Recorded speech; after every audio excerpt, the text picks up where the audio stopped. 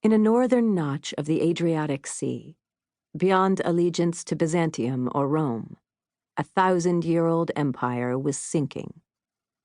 No one noticed her descent, disguised by centuries of wealth and reputation, like her citizens, living each day behind their carnevale masks. See them in their gondolas, lovers lifting disguises beneath bridges to kiss. Imagine the senator making his vote anonymously in the halls of the Doge's palace, and the little girl at the market buying artichokes with her mama, the black ribbon of her mask whipping in a summer wind. In the years before the Republic fell, this was the Venetian way, to make a mystery of everything, to obscure identity in life, never to look too closely at what lay underneath. For 1,000 years, Venice had glittered at the center of the trading world, jewel of the Mediterranean. But when the trade routes shifted, and with them went the gold, she misheard her swan song as the music of celebration. She feasted more riotously than ever. Venice had always been sinking. Why not don the masks another day and toast another pink sunset? Except in the churches and the hospitals, where masks were forbidden. Most days, the city's sick and the city's orphans, those wards of the church, were the only bare faces in Venice. This story begins in an orphanage, on a lonesome night in the sleepy neighborhood of Dorsoduro. There, in a nursery for foundling children, a 5-year-old girl lay in bed planning her escape. Winter had the city in its grip again, and a driving wind rattled the pane of the window with its sad view of the building next door. Even if Violetta pressed against its glass, the most she could see was a curtained window through which no one ever looked out. As soon as the others fell asleep, she would steal to the attic. Behind crates of old vestments and broken violins, its sole high window cleared the neighboring rooftop. She could see how Venice stretched to the horizon. She could be alone. She waited for the last whispers to fade to breathing, for the extraordinary stillness of 36 sleeping girls.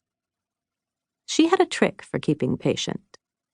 She explored the streets of Venice in her mind.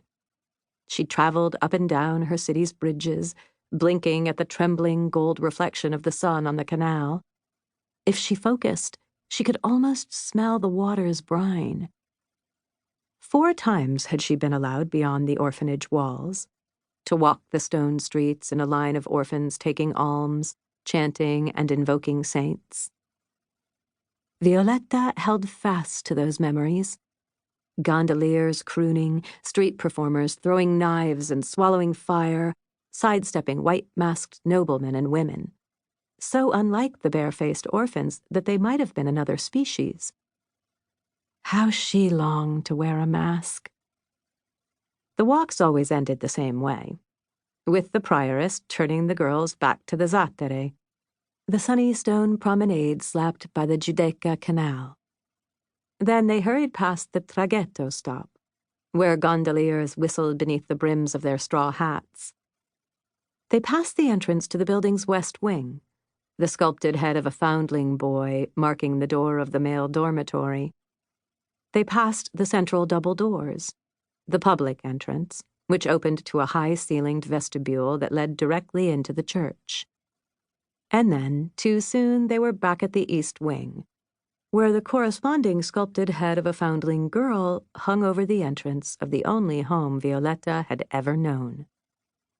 In her imagination, this was the moment she broke free, took off running down the narrow calle, ducking past street hawkers until she found herself gloriously alone, until she wasn't an orphan anymore.